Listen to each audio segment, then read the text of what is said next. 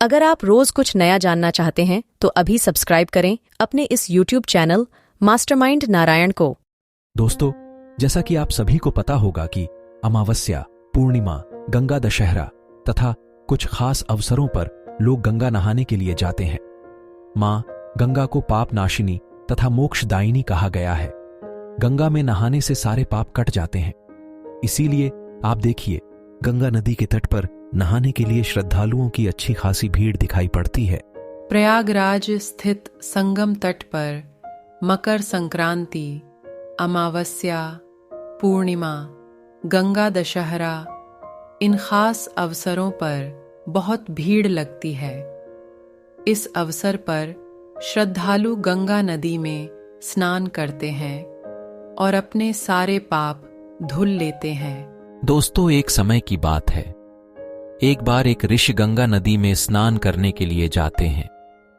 गंगा नदी में स्नान करने के बाद वो कहते हैं कि गंगा जी सभी मनुष्यों के पाप धुलती है, इसका मतलब गंगा जी पापी हो गई। अब उन्होंने यह जानने के लिए तपस्या की कि आखिर गंगा में धोया हुआ पाप कहां जाता है। जब उनकी तपस्या पूर्ण हुई तब भगवान प्रकट हुए। तब ऋषि ने उनसे पूछा कि भगवान, ये बताइए कि मनुष्य द्वारा जो पाप गंगा जी में धुले जाते हैं, आखिर ये सारे पाप कहां पर जाते हैं। तब भगवान बोले कि चलो, इस प्रश्न का उत्तर हम गंगा जी से ही पूछते हैं। अब दोनों गंगा जी के पास चल दिए और मां गंगा से यह पूछने लगे कि हे गंगा, आप लोगों के पापों को धुलती है, इसका मतलब आप पापी हो गई। तब गंगा जी ने कहा कि मैं क्यों पापी हो गई, मैं सारे पापों को ले जाकर समुद्र में अर्पित कर देती हूं।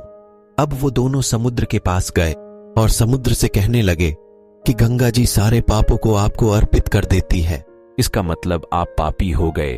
तब समुद्र राज कहते हैं कि मैं कैसे पापी हुआ, क्योंकि मैं सारे पापों को भाप बनाकर बादल बना देता हूं। अब दोनों चले बादल के पास और कहने लगे कि हे बादलों, समुद्र पाप को भाप बनाकर बादल बना देते हैं, इसीलिए आप पापी हुए। तब बादलों ने कहा कि हे प्रभु, मैं पापी कैसे हुआ, मैं सारे पापों को पानी के रूप में वापस धरती पर भेज देता हूं, जिससे अन्न उपजता है। बिना पानी के इस धरती पर मानव जीवन संभव ही नहीं है। इसी अन्न को मानव खाता है तथा जो अन्न जिस मानसिक स्थिति से उगाया जाता है और जिस वृत्ति से प्राप्त किया जाता है, जिस मानसिक अवस्था में खाया जाता है, उसी के अनुसार मानव की मानसिकता बनती है।